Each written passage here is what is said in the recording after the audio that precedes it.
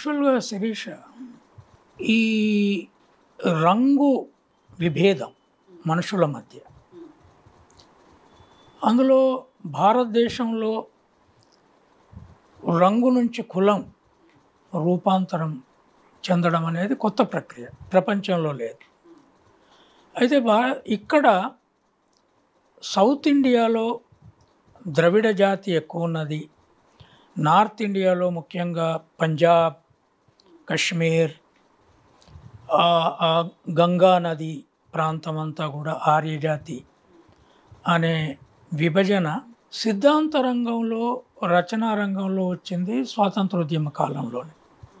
అంతకుముందు ఆర్య ద్రవిడ అనే పదజాల రచన లేదు. కానీ వాస్తవంగా చరిత్రలో జరిగింది ఏంటి అంటే, మొట్టమొదలు ప్రపంచంలో మానవ జాతి ఇప్పుడున్న రూపానికి వచ్చింది ఆఫ్రికాలో, నల్ల జాతి. అంటే చింపాంజీ నుంచి మనిషి రూపానికి వచ్చిన ఎర్లీ స్టేజ్ ఆఫ్రికాలో. వచ్చిన తర్వాత క్రీస్తు పూర్వము 70,000 నాడు మొదటి మైగ్రేషను మన భూమి మీదకి ఆఫ్రికా ప్రాంతం నుంచి జరిగింది అనేది ఇప్పుడు చరిత్ర చెప్తుంది. చాలా స్టడీస్ వచ్చినాయి. అది ఇప్పుడు మనం ఉన్న పాకిస్తాన్ ప్రాంతం నుంచి, ఆఫ్రికా నుంచి అట్లా వచ్చారు. అయితే వచ్చిందంతా నల్లవాళ్ళే. ఇప్పుడు దీని ప్రకారం చూస్తే నల్లవాళ్ళే. అయితే తర్వాత ఈ మైగ్రేషన్స్ వివిధ ప్రాంతాలకు వెళ్ళిన తర్వాత అదే ఆఫ్రికన్ రేసు వివిధ ఈ ప్రకృతి జీవనం వల్ల ప్రజల కలర్ మారుకుంటూ వచ్చింది. ఇప్పుడు యూరోప్ ఖండంలోకి వెళ్ళిన వాళ్ళు, అట్లా మంచు ప్రాంతాల్లోకి వెళ్ళిన వాళ్ళు, తిండి, సూర్యరశ్మి ప్రభావము, తర్వాత మంచు ప్రభావము, వీటన్నిటి ప్రభావాల వల్ల మనిషి రంగు కూడా మారుతుంది.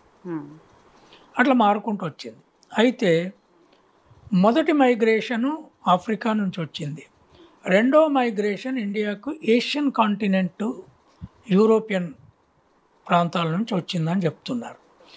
ఈ రెండు మైగ్రేషన్లో రెండు భిన్న కలర్ కలిగిన స్త్రీ పురుషుల మధ్య సంపర్కం జరిగింది. జరిగినప్పుడు కొంచెం డిఫరెంట్ కలర్ మనుషులు ఇక్కడ ఏర్పాటు కావడం మొదలైంది. అయితే ఆఖరి మేజర్ మైగ్రేషన్ క్రీస్తు పూర్వం 1500 నాడు ఆర్యుల మైగ్రేషన్ సెంట్రల్ ఏషియా నుంచి జరిగింది. ఈ ఆర్యుల మైగ్రేషన్ అనేది ఇరాన్, తర్వాత ఆ ప్రాంతంలో ఉండే రష్యన్ ప్రాంతము, అక్కడ డెఫినెట్గా మనుషులు చాలా తెల్లగా ఉంటారు. ఇరాన్ రంగు చూస్తే నీకు చాలా పసుపు రంగు బ్యూటిఫుల్గా ఉంటుంది. రష్యన్ రంగు కూడా అట్లే ఉంది. వాళ్ళు ఇక్కడికి వచ్చారు. అది మొదటి లాస్ట్ మేజర్ మైగ్రేషన్. అదే ప్రపంచంలో నోటెడ్ పెద్ద ఏన్షియంట్ మైగ్రేషన్ అని కూడా అంటున్నారు. అయితే వచ్చిన తర్వాత ఆనాటికి భారతదేశంలో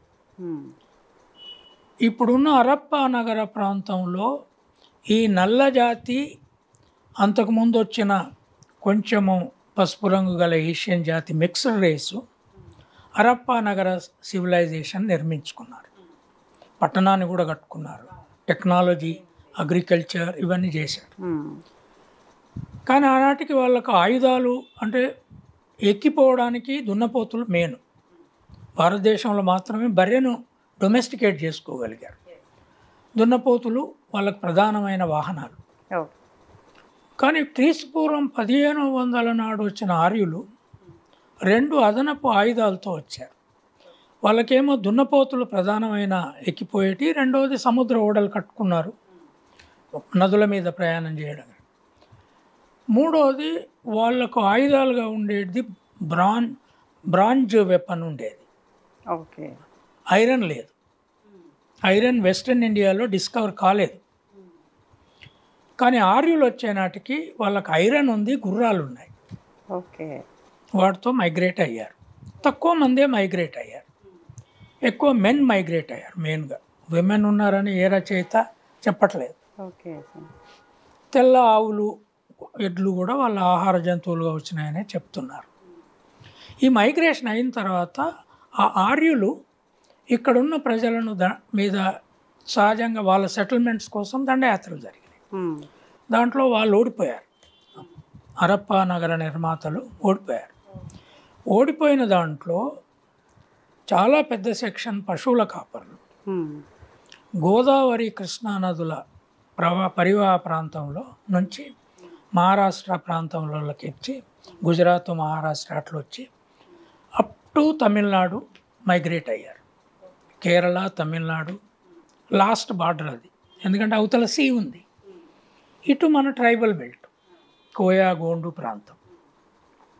ఇప్పుడు మీరు ప్రజల్ని మన కోయాగోండులో అటు తమిళనాడు వాళ్ళని చూస్తే అచ్చం ఆఫ్రికన్ రూపం కనపడుతుంది. ఇప్పటికీ హెయిర్ కూడా చాలా హెయిర్ కూడా థిక్గా రౌండ్గా ఇవన్నీ.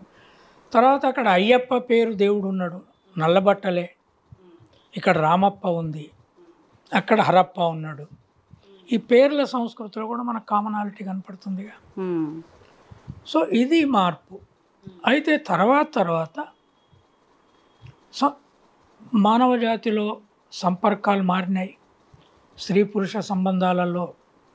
ఎందుకంటే ఫ్యామిలీ లైఫ్, సెటిల్డ్ లైఫ్ ఇప్పుడున్న రూపం దాల్చుకోవడానికి కొన్ని వందల ఏళ్ళల్లో ట్రైబల్ రిలేషన్స్ ఉన్నాయి.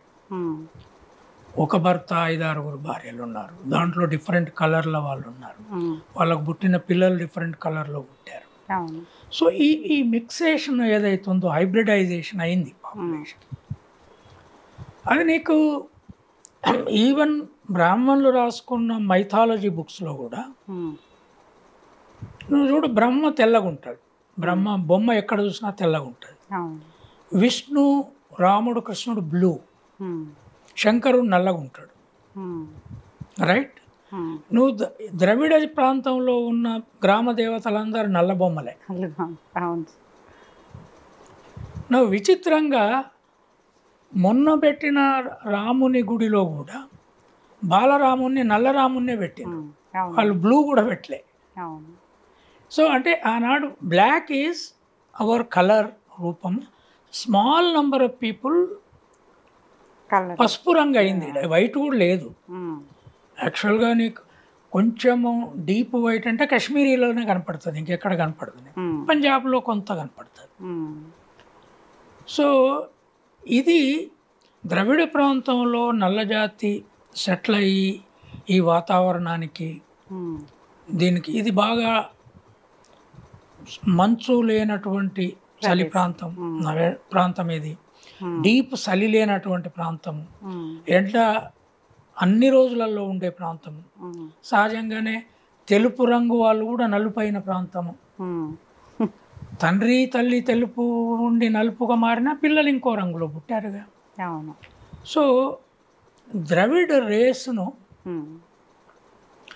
ఇది భిన్నమైన రేసు, దీనికి సాంస్కృతిక రూపం భిన్నంగా ఉన్నది. తమిళనాడులో ఉన్న బ్రాహ్మణులు ఆర్య రేసు లక్షణాలు ఎక్కువ కలిగి ఉన్నారు అని కనిపెట్టింది పెరియార్ రామస్వామి. అంతవరకు దాని మీద చర్చ లేదు. తర్వాత ఆనాడు అన్టచబిలిటీ వాళ్ళు చాలా సీరియస్గా ప్రాక్టీస్ చేస్తున్నారు. బ్రాహ్మణులంతా శుభ్రులని, శ్రేష్ఠులని, భూదేవతలని ఈ పదజాలంతో వాళ్ళు ప్రాక్టీస్ చేస్తున్నారు.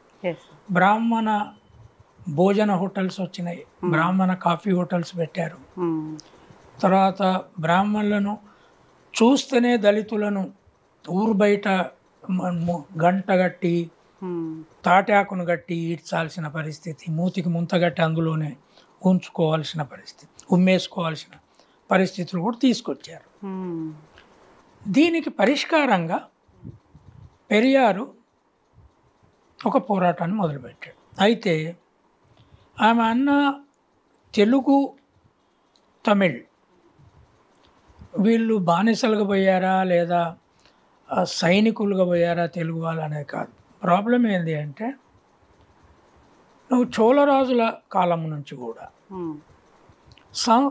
సంస్కృత్ ఎంత పూర్వమైందో తమిళ భాష అంతకంటే ఎక్కువ పూర్వమైంది. అంటే సెటిల్మెంట్లో లాంగ్వేజ్ సెటిల్ అయిపోయింది, ఎస్టాబ్లిష్ అయింది, వాళ్ళకి లిపి ఉంది, మనకంటే ఎక్కువ పదజాలం ఉంది వాళ్ళకి. ఇప్పుడు మనకు నేను పుట్టినప్పటి నుంచి కూడా గ్లాస్కి ఇప్పుడు మనకు తెలుగు పదం లేదు. ముందా చెప్పండి. టికెట్కి లేదు. చెంబు అంటారు కదా సార్. చెంబు అది వేరే, అది చెంబు గ్లాస్ కాదు. కానీ తమిళ్లో అన్నిటికీ తమిళ్ పదాలు ఉన్నాయి, ఒకే వర్డ్తో ఉన్నాయి. Okay sir. ఇప్పుడు టికెట్ అనే దానికి మన తెలుగు పండితులు ఏం రాశారంటే ధూమశకట ఆరోహణ అవరోహణ పథకము. చాలా పెద్ద లెంతీగా అవును సార్. కానీ తమిళ్ అట్లా కాదు. తమిళ్ గ్లాస్ అంటే గ్లాస్కి ఎగ్జాక్ట్ పదం ఉంది. Okay sir.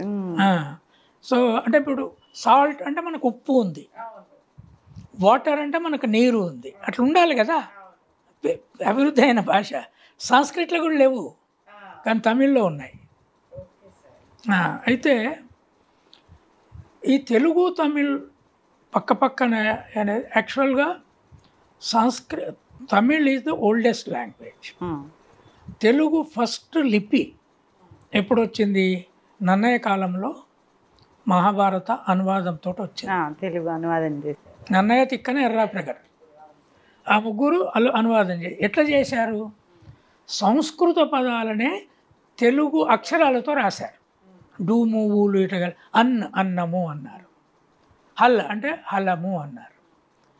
ఇది నాకు అర్థమయ్యేది కాదు. హలేంద్ర పోయి నాగలే అంటే సార్ని అడిగితే హలము అంటే ఏం సార్ అంటే మా ఆయనకు కూడా తెలియదు, ఆయన ఏదో సంస్కృతంలో చెప్తా. అది కాదు సార్, భూమి మీద ఏందో చెప్పు, అది నువ్వు హలం హలం అంటే నాకు ఎట్లా అర్థం కావాలి అంటే ఆఖరికి ఇట్లా దున్నేది వ్యవసాయం చేసేది అంటే నాగలి. ఇక్కడ తెలంగాణలో మేము గది అంటాం, అర్థమవుతుంది. ఎక్కడి నుంచి వచ్చినాయి సార్ ఈ సంస్కృత పదాలన్నీ? ఆరియన్స్ నుంచే వచ్చాయి? వీళ్ళంతా బ్రాహ్మణులు కదా, రాసిన వాళ్ళు ఎర్లీగా. వాళ్ళు ఏం చేశారంటే తెలుగు లిపి అక్షర రూపం తెచ్చుకున్నారు. తెలుగు అక్షర రూపం ఎక్కడి నుంచి తెచ్చుకున్నారు? తమిళ అక్షర రూపము, తెలుగు అక్షర రూపము, కన్నడ, మలయాళము, పాలీ భాష అక్షర రూపాల నుంచి వచ్చినాయి. ఓకే. హిందీ, బెంగాలీ, మరాఠీ, రాజస్థానీ ఇవన్నీ సంస్కృత అక్షర రూపాల నుంచి వచ్చినాయి. అందుకే వాళ్ళు ఆ భాషలో రాస్తారు. దేవనాగరి అంటారు దాన్ని. మనదేమో ద్రవిడియన్ లేదా పాలీ భాష తల్లి రూపం. కానీ యాక్చువల్గా మన తల్లి రూపం పాలి కాదు, మనకు తల్లి అక్షర రూపం తమిళ్. పాలీలో కూడా కొంత ఉంది, బట్ ఒరిజినల్ లెటర్ ఫామ్ తమిళ్దే. మనం 11వ శతాబ్దం వరకు మనకు రూపమే లేదు. We were part of the Tamil culture. Okay sir.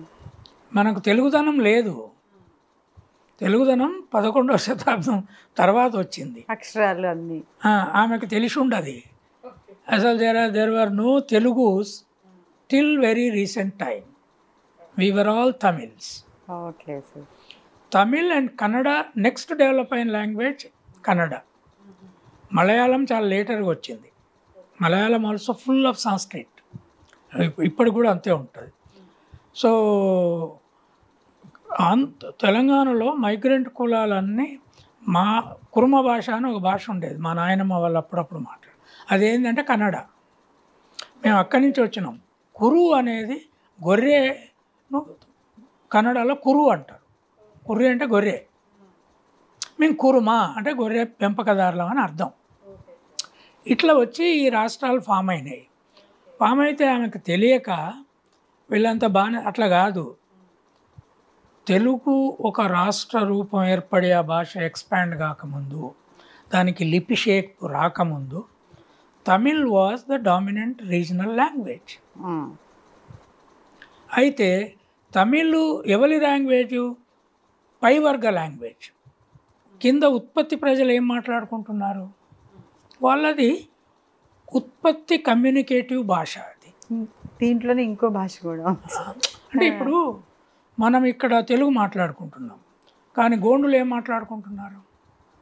వాళ్ళ ప్రాంతీయ కమ్యూనికేటివ్ భాష లంబాడీలు ఏం మాట్లాడుకుంటారు?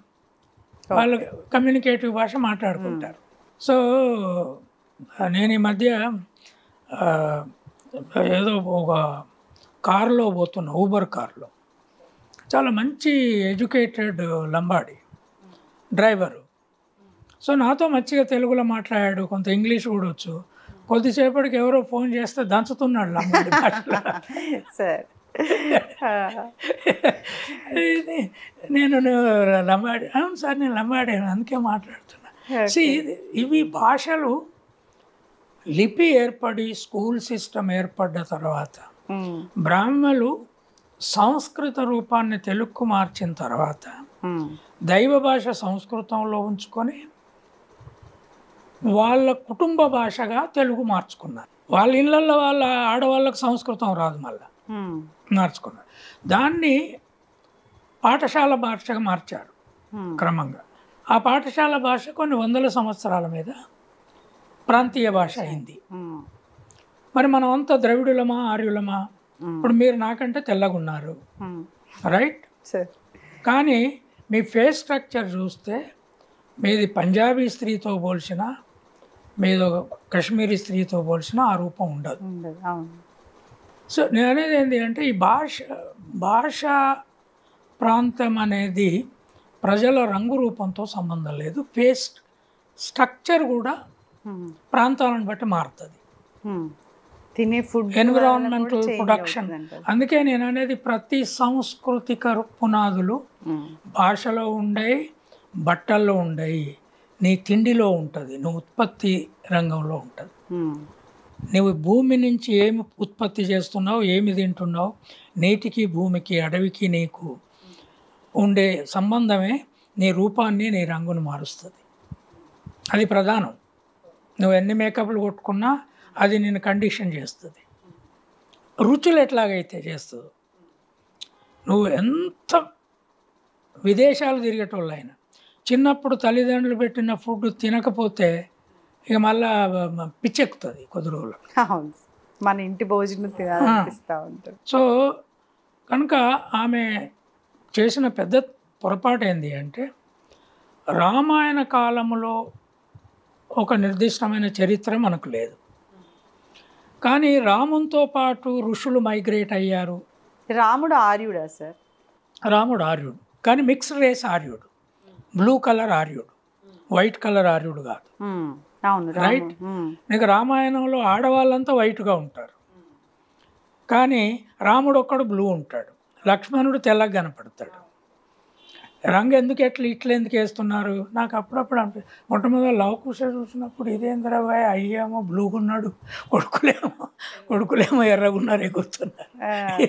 ఇది అర్థం కాలే నాకు. సీత కూడా తెల్లగా ఉన్నది. అది ఈ ప్రాబ్లం ఎక్కడొచ్చింది అంటే, బ్రాహ్మణిజం అనేది కలర్ రూపము పోయి అది వేద భాషను దైవంతో ముడేసుకొని ఆధిక్యతను సంపాదించుకున్న కులంగా మారింది. కులంతో రంగుతో ఇదైతే మీరు నంబూద్రిపాదం చూడండి, నాకంటే నల్లగా ఉంటాడు. సిపిఎం నంబూద్రిపాదునుడే, ఆయన బ్రాహ్మడు, నంబూద్రి బ్రాహ్మడు, టాప్ బ్రాహ్మలు. కేరళ నంబూద్రి బ్రాహ్మడు ఒక నాయర్ స్త్రీతో సంబంధం పెట్టుకుంటే కాదనడానికి లేదు, పెళ్ళి ఉండదు, కానీ ఆమెతో పిల్లలుగానే హక్కు ఉంది. దాన్ని సంబంధం అంటారు. నంబూద్రి ఇంట్లో పెద్ద కొడుకు తప్ప చిన్న కొడుకులకు పెళ్ళిళ్ళు ఉండేది కాదు. పిల్లలందరూ నాయర్ స్త్రీలతో పిల్లల్ని కనేవాళ్ళు, నాయర్లు దానికి ఒప్పుకునేవాళ్ళు. అంత పెద్ద కంట్రోల్. కనుక కలర్తో లేదు. మరి శంకరాచార్యుడు, ఆది శంకరాచార్యుడు నల్లగానే ఉన్నాడుగా. కేరళ మొత్తం హిందూ మతాన్ని పునర్నిర్మించాడు ఆయన. కనుక బ్రాహ్మణ్ అనేది కలర్తో డిఫైన్ చేసింది కాదు. ఇప్పుడు అది ఆధ్యాత్మిక తాత్విక కంట్రోల్ సిద్ధాంతం. తర్వాత వెజిటేరియనిజం, మీటేరియనిజం రెండు విడిపోయినాయి అక్కడ. అవును సార్. సౌత్ ఇండియాలో చాలా ఘోరంగా పెరియార్ రామస్వామి నాయకరు బ్రాహ్మణ భోజన హోటల్స్ అని ఉన్న వాటిని అన్నిటినీ, తెలుగుయా తమిళియా చూడలే ఆయన, వాటన్నిటి మీద దాడులు చేయించాడు. దాడులు చేయిస్తే వాళ్ళు ఏం చేశారు, బ్రాహ్మణులు వేడి నీళ్ళు కాగబెట్టుకొని రూపుల మీద ఎక్కి ఉండి వాళ్ళ హోటల్ మీద వీళ్ళు దాడులు చేయడానికి పోతే వేడి నీళ్ళు పోసేవాళ్ళు. ఓకే. వీళ్ళు ముందుగా పోయి వీళ్ళు దాడులలో ఏం చేసి బోర్డులు వీకేసేవాళ్ళు అంతే. బోర్డులు వీకేసి భోజన హోటల్ పెట్టండి అంతే, బ్రాహ్మణ వద్దు. ఇక్కడ కూడా ఉండేది తెలంగాణ అంతటా బ్రాహ్మణ భోజన హోటల్ అంటే వెజిటేరియనే, శివాజీ హోటల్ అంటే మటన్. ఎందుకు? శివాజీ మనోడు, శూద్రుడు. ఇది పెద్ద డిఫరెన్స్ ఉండేది. మహారాష్ట్ర అంతా అట్లే ఉండేది, ఇక్కడంతా అట్లే ఉండేది. కనుక ఆమెకు అర్థం కానిది ఏంటి అంటే బ్రాహ్మణ అనేది బ్లాక్ వైట్తో రాలేదు. తెలుగు తమిళ్ డివిజను కేవలము రీసెంట్ డివిజన్. ఓకే. తర్వాత ఇది అయిన తర్వాత ఏమైంది, రాజుల రాజ్యం పోయిన తర్వాత బ్రిటిష్ రాజ్యం వచ్చింది, మద్రాస్ ప్రావిన్స్ వచ్చింది. మద్రాస్ ప్రావిన్స్లో ఆంధ్రప్రదేశ్ అంతా అందులో భాగం, మద్రాస్ ప్రావిన్స్లో భాగం. అక్కడ తమిళులు తెలుగులు ఇద్దరు పరిపాలకులు. అవును. పటాభి సీతారామయ్య, కందుకూరి మన ఈయన మొదటి ముఖ్యమంత్రి ఉన్నాడు కదా, ఆయన పేరేంది, టంగుటూరి ప్రకాశం పంతులు. వీళ్ళంతా అక్కడి నుంచి వచ్చిన వాళ్ళు, అక్కడ మంత్రులు అయినరు ముందుగాల. కనుక ఆమెకు చరిత్ర తెలియదు. బీజేపీ సిద్ధాంతంలో భాగంగా బ్రాహ్మణ వ్యతిరేకతను వ్యతిరేకించదలుచుకున్నది. తెలుగు వాళ్ళంతా వచ్చి తమిళని జడగొట్టినండి. కానీ నిజమే, యాక్చువల్గా కరుణానిధి వాళ్ళు కానీ వాళ్ళు వాయిద్యకారులు, మంగళ్ళ వంటి వాళ్ళు వాయిద్యాలు. పెరియార్ కూడా తెలుగు మాట్లాడేవాళ్ళు. నెల్లూరు ప్రాంతం వాళ్ళంతా తెలుగు తమిళ్ రెండు మాట్లాడేవాళ్ళు. కనుక ఆమె ఆర్గ్యుమెంట్ చాలా తప్పు. తర్వాత కేవలం బానిసలుగానో లేదా రాచరికపు కోటలల్లో స్త్రీలు పురుషులు వాళ్ళ సేవ చేయడానికి పోయిన బానిసలుగా, వ్యవసాయ రంగంలో ఇద్దరు కలిసి రెండు భాషలు మాట్లాడుకుంటూ చేశారు చాలా కాలం. డీప్ రిలేషన్షిప్ ఉంది. కనుక ఆమె అవుట్ ఆఫ్ టోటల్ ఇగ్నోరెన్స్ ద్రవిడ, ఎప్పుడైతే పెరియారు పోరాటం ద్రవిడ ఆర్య చేశాడో అంబేద్కర్ వ్యతిరేకించాడు, ఈ రేసు పోరాటం వద్దన్నాడు. కానీ మహాత్మా పూలే అసలు కుల రూపాలే రేసులో ఉన్నాయని చెప్పాడు. ఆర్యులు వచ్చిన తర్వాత మన పరిస్థితి దిగజారిపోయింది. కనుక ఆర్య వ్యతిరేక పోరాటం చేయాల్సి వస్తుంది. అయితే బ్రిటిష్ కాలంలో నార్త్ ఇండియా బ్రాహ్మణులంతా మేము ఆర్యులమని గొప్పగా చెప్పుకోవడం మొదలుపెట్టారు. ఆర్య సమాజాన్ని స్థాపించారు. మీకు తెలుసో లేదో, స్వామి అగ్నివేశ్ అని ఒక ఆయన ఉండే, ఆయన వచ్చి ఇక్కడ ఆర్య సమాజ్ మీటింగ్ పెట్టి ప్రెస్ కాన్ఫరెన్స్ పెట్టి నన్ను పిలిచాడు. ఇద్దరం పక్క పక్కనే కూర్చున్నాం. ఆయన ఆర్య సమాజ్ గొప్పతనం గురించి చెప్తుంటే నేను ఈయనను వ్యతిరేకిస్తున్నా, మాది ద్రవిడ సమాజము, ఈయనది ఆర్య సమాజం అని చెప్పినాడు. ప్రెస్ వాళ్ళంతా గగ్గున లేశారు.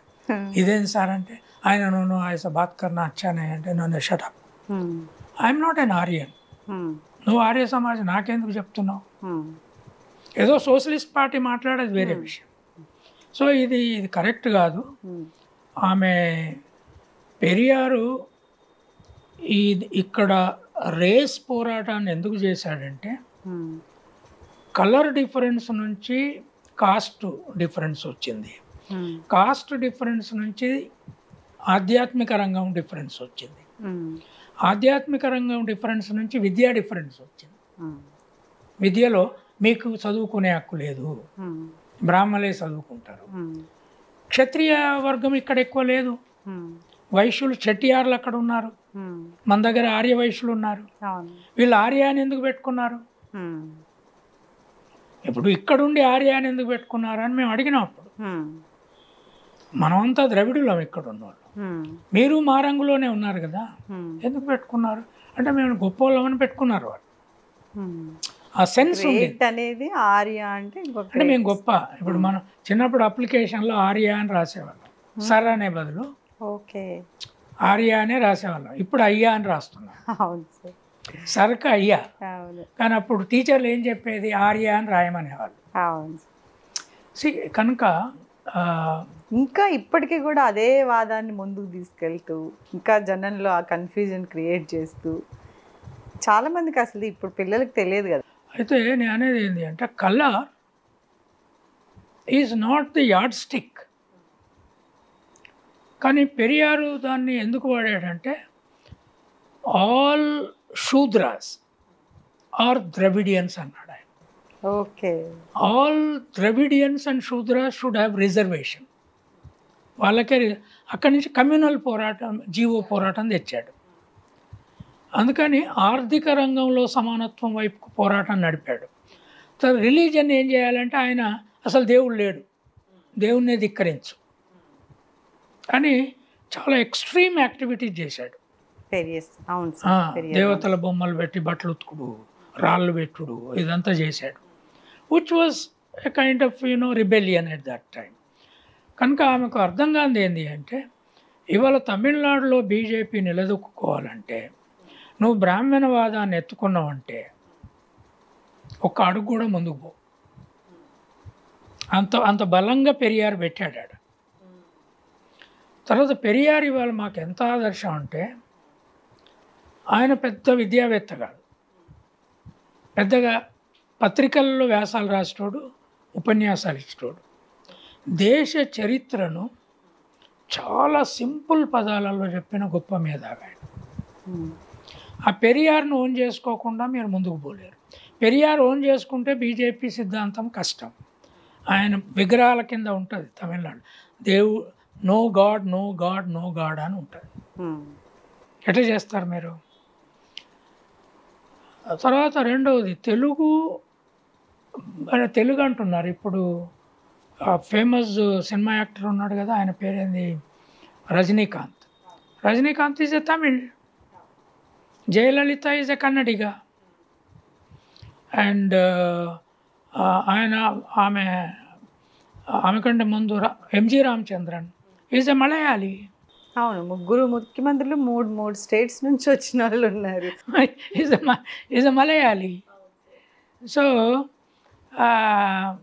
కనుక తమిళనాడు అది అందరినీ వెల్కమ్ చేసింది. సౌత్ ఇండియన్ భాషలకు మూల భాష, సౌత్ ఇండియన్ సంస్కృతికి మూల సంస్కృతి, సౌత్ ఇండియన్ సినిమా ఇండస్ట్రీకి మూల ఇండస్ట్రీ. అక్కడే కదా వీళ్ళంతా యాక్టింగ్ నేర్చుకున్నారు. కనుక సావిత్రి తెలుగు ఆమె, శివాజీ గణేశన్ అక్కడోడు, రైట్. తర్వాత శ్రీదేవి తెలుగు ఆమె, అక్కడి నుంచే ఎన్నో చోట్లకి వెళ్ళింది. ఎన్టీ రామారావు వీళ్ళంతా అక్కడి నుంచి వచ్చిన వాళ్ళే, నా తరంలో వచ్చినారు వాళ్ళు షిఫ్ట్ చేసుకొని. శోభన్ బాబు అయితే అక్కడే చచ్చిపోయినట్టున్నాడు. కనుక she is wrong. She unnecessarily she has attacked the entire Telugu community. That's not correct. That's a very bad. Please do subscribe to Telugu Rajyam channel. Please do subscribe to Telugu Rajyam channel. Please do subscribe to Telugu Rajyam channel. Hi అండి, నేను మీ ఆర్పీని, నెల్లూరు పెద్దారెడ్డి చేపల పులుసు ఓనర్ని. మీరు తెలుగు రాజ్యం అనే ఈ YouTube channel subscribe చేసుకుని మంచి వీడియోలతో వస్తారు. Thank you so much. Hi people, I'm Sonakshi Verma and you please watch Telugu Rajyam and please subscribe to the channel.